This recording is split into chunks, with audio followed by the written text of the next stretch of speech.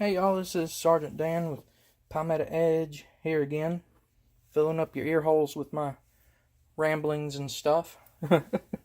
uh, Today, I have a new one for you from Benchmade. This is the Benchmade, I forget the numbers on these. I usually call them by their given names, not their numbers. This is the 980 turret.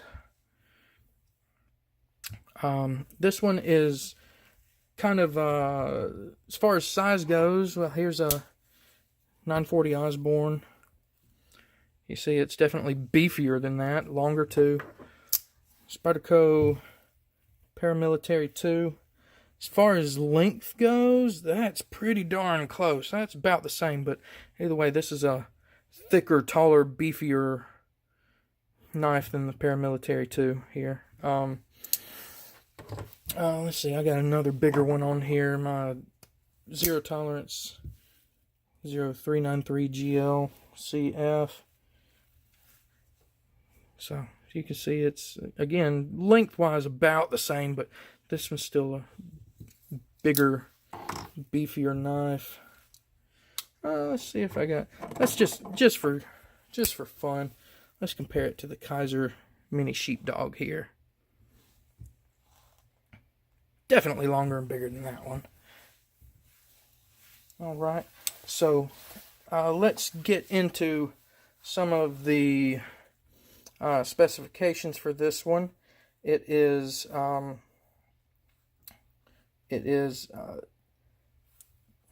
sorry guys, having a moment. It is CPM S30V on the steel. You can see that under the thumb stud there. Yep, S30V. I actually wound up getting a first production one. Not exactly a low number, but good enough for me. OD green G10 handles. This one comes in a couple of options. You got this one that is, they both have OD green G10 handles. This one has the black coated serrated blade. The other one is a satin non-serrated blade. Blade length on this one is 3.7 inches. Overall length is 8.6 inches. Let's see. Drop point, flat grind, stainless steel liners, axis lock, as almost all Benchmades have. You can also, has a thumb stud, so you can also do thumb stud opening on that if you want. But if you got an axis lock, why the heck would you use a thumb stud? See, I can't flick it open, but yeah. Made in USA, which, as I've said before, is a absolute plus when it, in my opinion, when it comes to knives. The pocket clip is tip up only, but right hand or left hand, and it comes with one of Benchmade's deep carry pocket clips, which are my favorites that they have. Those are great. Let's see, what else? I think that's about it for the specifications, so let's get into the review. I'd say 99% of the time when I'm at home, this is what's in my pocket. I'll carry something else every once in a while. I think I mentioned in the video for this one, I carry my Kaiser Mini Sheepdog every once in a while. But easily a good 99% of the time when I'm at home, this is what's in my pocket. And it actually gets a lot of use. I actually cleaned my blade up before I did this video because it was nasty. Absolutely nasty. I've had this one, I actually pre-ordered this one on Blade HQ, so I had this one as soon as Blade HQ got them. It was sent to me. So I've been using it for a good little while now. S30V steel, so I haven't had to sharpen it. Of course, I haven't been chopping on anything with it or nothing like that. It's kind of heavy. As I've stated before, weight on a knife doesn't really mean much to me, because if I like a knife, I'm going to carry it. I don't care really how much it weighs. But I know there's people out there that do care about that, so just letting you know, I don't know the exact weight on it, but it's beefy, it's chunky. it's a little heavy. Benchmade manufactured this one to be kind of a midpoint between their, I forget what the small one is, but it's an Osborne design, not the Contigo. The Rift. It's made to be kind of a midpoint between the Rift, which is a little smaller, a little shorter than this one, and the Adamas, which is bigger, thicker, chunkier, beefier. So this one's kind of made to be a good tactical, hard use knife in between those two. You can see it is kind of thick, but on the other hand, it might be a little thick, but it's a sleek thick. The G10 is smooth. Okay, so I mean that's smooth, but it has enough texturing and enough jimping in places, enough ergonomic grooves, finger choils, I guess, if you want to call those. Those aren't quite finger choils in my opinion, but it's got enough to where you're not going to lose grip on this thing. It's got enough handle to where you can grab it. It's got enough texturing, otherwise, other than just being a rough G10, to where you're not gonna lose this thing. So it is made to be a hard use, tactical knife. The fit and finish is great. I know people have complained a lot lately, in the past couple years especially, about Benchmade's fit and finish and things that getting through quality control that shouldn't. I've bought a bunch of Benchmades in the past couple years. I've never had that problem.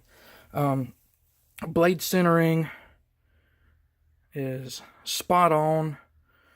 I got no rough edges on liners, scales, screws. All the screws are recessed just enough to where they're not sticking out, snagging. You got a lanyard hole here. It's smooth. I mean, I got nothing to complain about as far as that goes. If you own Benchmades, one of the first things you do is you dial in this pivot to how you want it. And as you can see with my Osborne here, I've got it a little tight. I like mine a little tighter than most people for your lighter blades like this, okay? This one, see, I've got it. I don't have them where they'll totally free swing. You'll see some people where they've got theirs so loose that if they're doing that, this blade's just going back and forth, which I get. I mean, I'm not knocking them for it. It's just a personal opinion. Personal way you like doing things.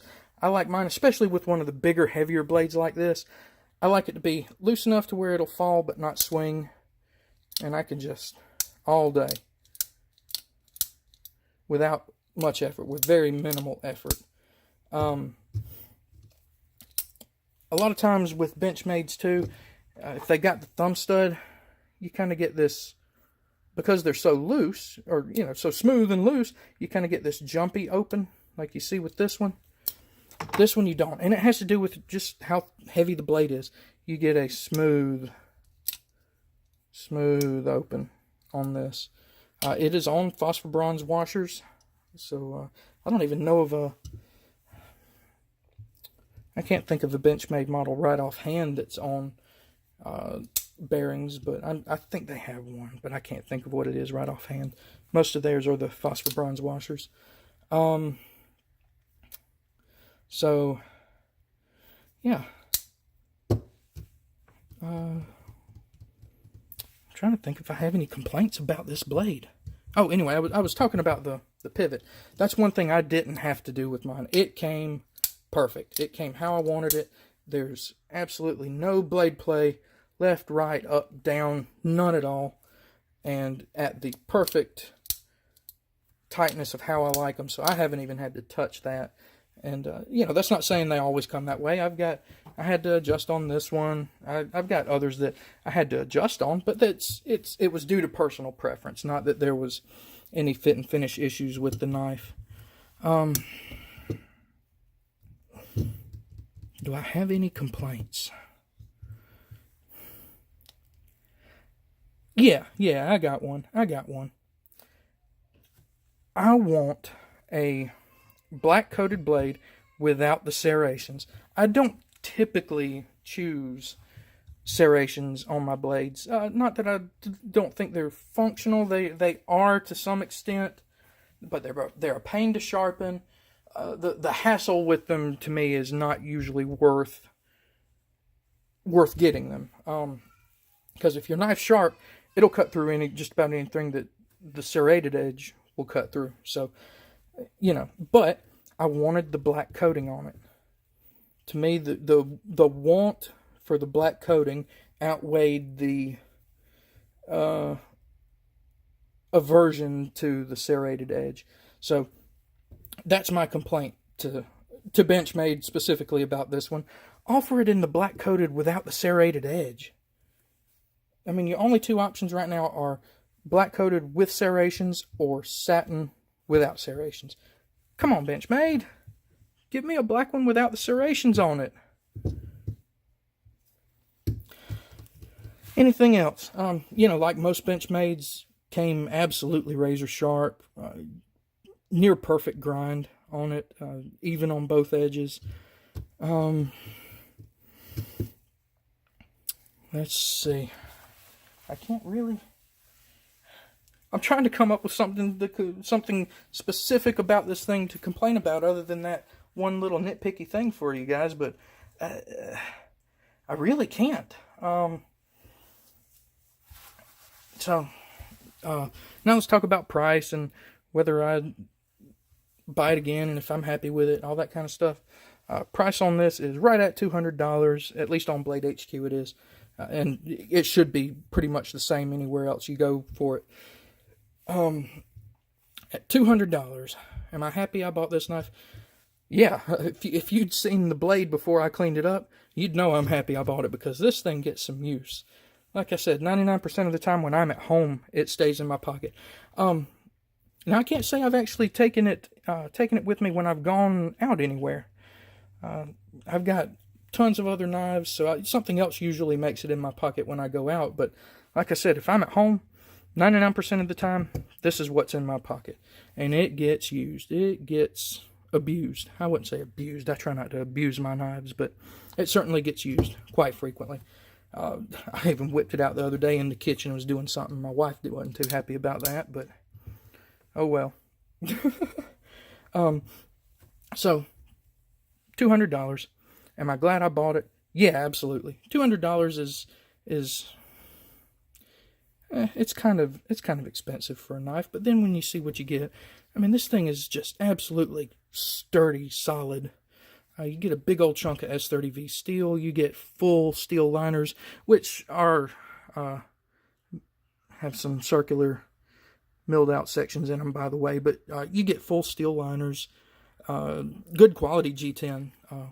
This is some nice, tight, smooth, well milled, all that kind of stuff. This is some good quality G10.